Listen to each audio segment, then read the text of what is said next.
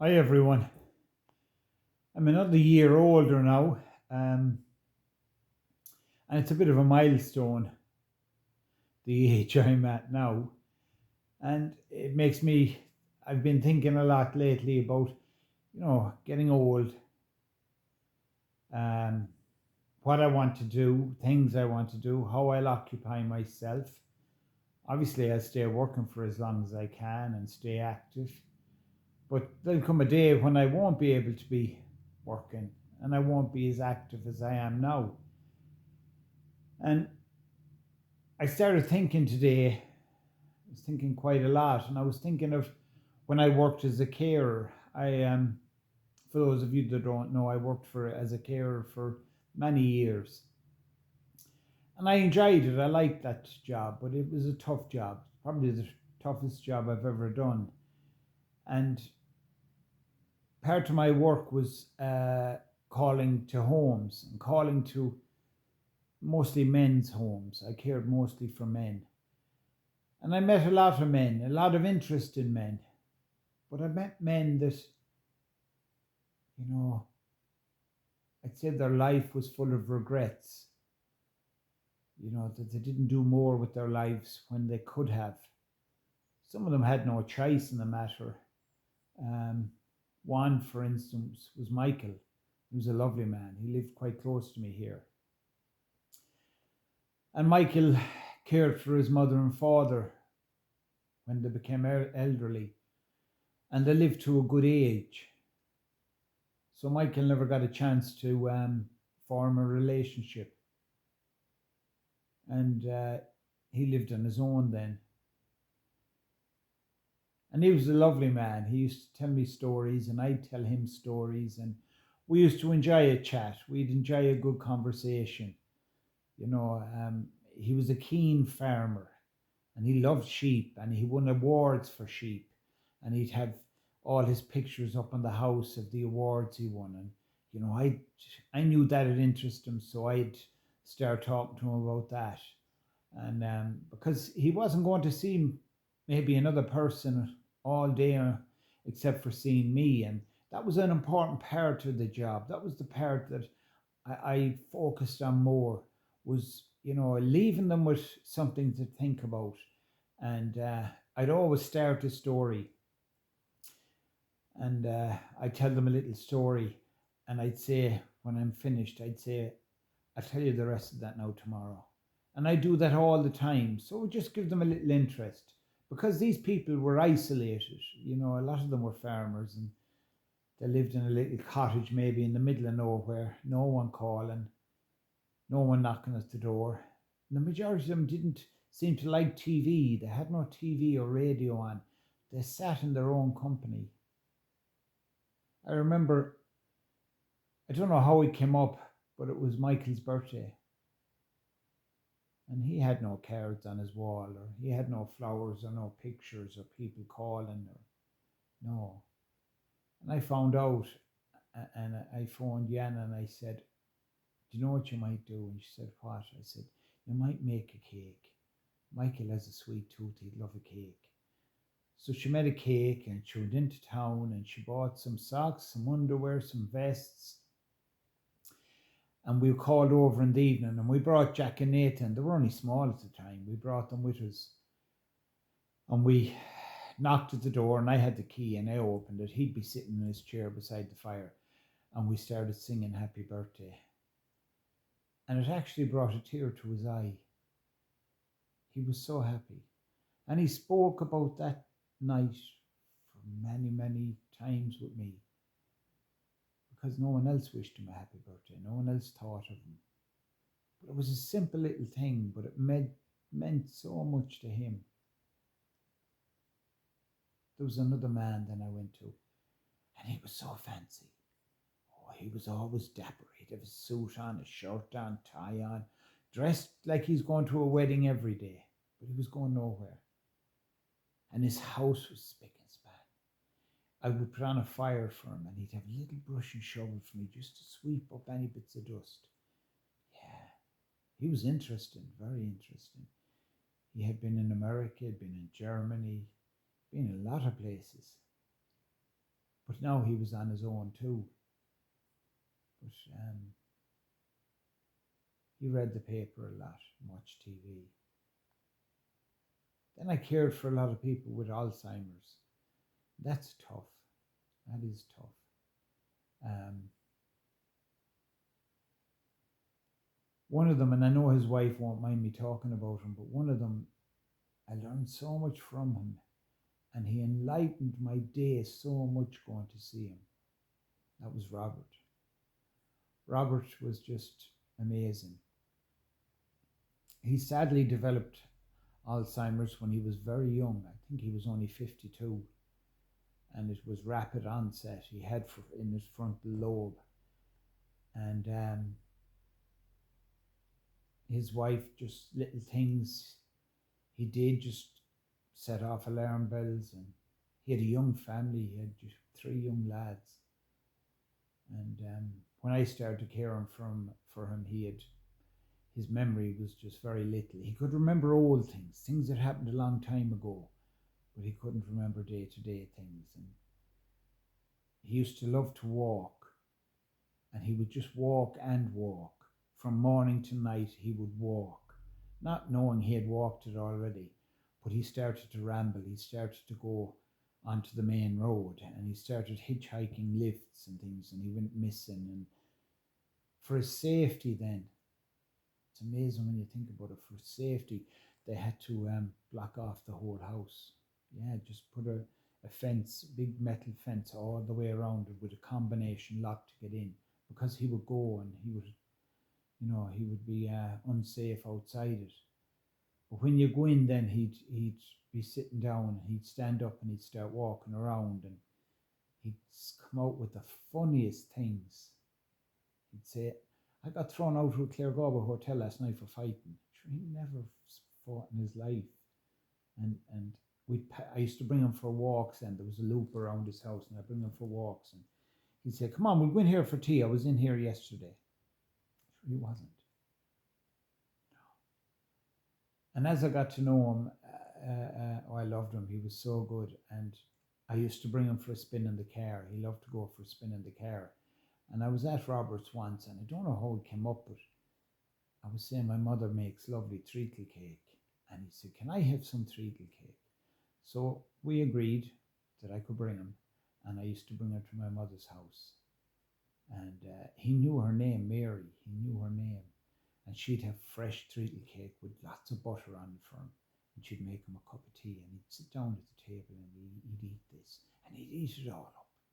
And she'd say to him, "Robert, was that nice?" No, he'd say, "That was stink. I never had anything worse in my life." But sure, he didn't. He did love it. That was just his way. But he was off for stealing. Yeah. He'd go over to the fruit bowl, and he'd be taking oranges and apples out and putting them down his pocket. And I used to bring him to a shop to get an ice cream, and he'd be shoplifting. He would. He'd be taking things, putting them in his pocket. I'd have to be going around after him. Yeah. "Who are you?" he'd say. "Who are you?" Even his wife, I'd say, "Who's that, Robert?" "I don't know who that is." Yeah. And he used to shave, and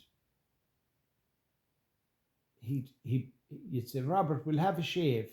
"No, I don't want to shave. I don't want." I said, "Come on, Robert, we'll have a shave." And I'd soap him up. I'd put all the soap on him, and I'd hand him the razor. And the minute I'd hand him the razor, he'd start off and perfect. And then all of a sudden, he'd just stop, and he'd stare at the mirror, and he wouldn't move. And I'd have to take his hand and guide him back onto his face, and he'd go again. And this stop-start would last for ages with Robert. Yeah. Another thing was, he had a lovely voice.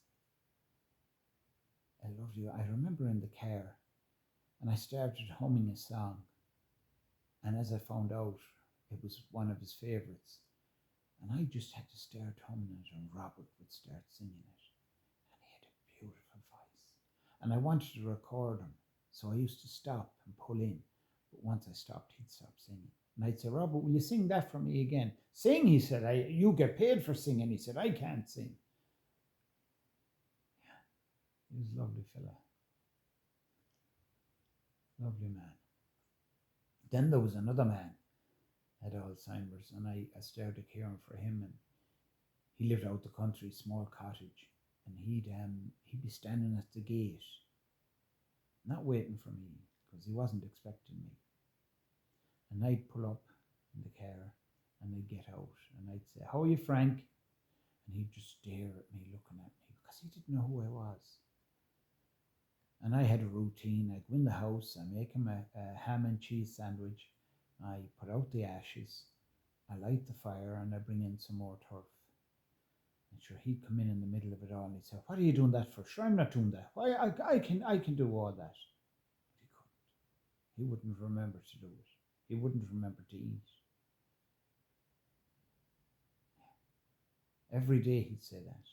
I was a new person to him every day. Imagine that. Yeah. But he loved to talk about football. And I'd say, "We had a match, Frank. I was in Tuam on Saturday," he'd say. "I was on Tuam on Saturday. Milltown were playing such a team." So they weren't. And he wasn't even in Tuam. But in his head he was. And that was okay. That was okay. You know, just go along with it. He was happy when he was talking about that. But he could run you twice just as easy. He could tell you, "Get out of the house. Get out of my house." Yeah. Yeah. He's gone now. There's another poor man, Jim was his name. And he was a sad case. He lived in his own again. Ex-farmer, bit of land. And he'd sit on a hard chair, wooden chair. He'd sit on that all day. He'd smoke a fag and sit there. No radio, no telly. No one passing, no one coming in, no one knocking at the door, no one phoning him. He didn't even have a phone. He loved to see me. He loved to see me for a chat. But his mother was cross. She was a cross woman. She was dead now, but from what I heard, she was a cross woman. And he worked for the council, and when he got laid off, he got just maybe too old for the job, and he got laid off. He was afraid to tell her. So he made his lunch every night, put it in his lunchbox, and went out the door at the same time every morning to go to work. Sure, he had no work. He hadn't got a job, but he couldn't tell her that. So he would go every day up the field, sit on a ditch, smoke a fag, have his lunch at 10 o'clock, have his lunch at 1 o'clock, have another break at 3 o'clock, and then he'd go home in the evening, as if he had just done a hard day's work, when in fact he was sitting in a ditch. He was about 50 that time, but he just couldn't tell her. Strange, isn't it? But I think the saddest of all was another man I looked after. Again, lived on his own. And I had a key to the door, because you could ring a bell or knock all day and he wouldn't come out. He didn't want to see anyone. Didn't want to see me. But he had to be cared for. And I'd walk in, and he'd be in the front room, and there was a sofa, small sofa. And at first glance, you would think, "Oh, there's all old clothes thrown on it, old jackets and bits and pieces." But he was under that. Yeah, he was under that. Covered, all covered. And just a small little hole in his eyes peering out through that hole. And on the fireplace, on the top of the fireplace, there was a photograph, faded now. It was taken a long time ago. And in that photograph was his wife and his daughter. But they had split up many years earlier, when the child was small, and he had never come to terms with that. Couldn't. gazed at all day was that photograph. Very sad. Very sad. And I suppose if I could give you any messages, don't, if you can, live alone. Try and find someone. You might argue and fight sometimes, but it's no nice life living on your own. No one to talk to. No one to say, how are you? How was your day? No one to say, did you hear this? No. And again, I suppose I could encourage you to do as much as you can when you're young. Don't die with regrets. Because a day will come when you won't be able to do these things. And that's why, yeah, I might spend a long time making a log splitter. I might spend a long time making mushrooms. But I get great enjoyment from that. I get great pleasure from that. And when I'm not out making mushrooms or out making a log splitter, I'm thinking about the next project. Because I don't want to be sitting in here thinking, God, I should have made that when I was able to make it. God, I should have done that while I was able. I'm lucky in one way. I have a lot of children. So hopefully I won't be sitting on my own. If you like this video, I'd love if you'd press share. So maybe someone else might like to hear it. But that was 4 or 5 old men, except Robert. 4 or 5 men and their stories and my meeting them. Take care. Thanks for watching.